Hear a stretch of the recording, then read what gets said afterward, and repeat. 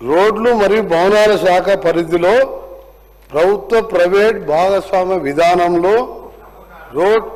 విధానంలో నమూనాలో మీరు వేసింది మీకు చదువుతున్నారు. విధానంలో రోడ్లు వేయడానికి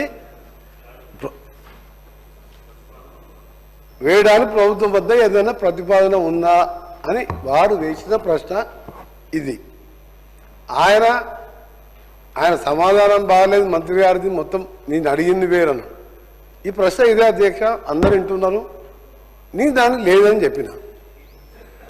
ఎందుకు దీని ఉత్పన్నంగా లేదని చెప్పిన? ఎందుకంటే మేము పీపీపీ మోడల్లో పోదలుచుకోలేదు.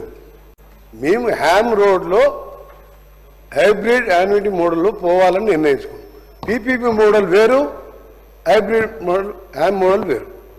దానికి లేదని నేను చెప్పిన.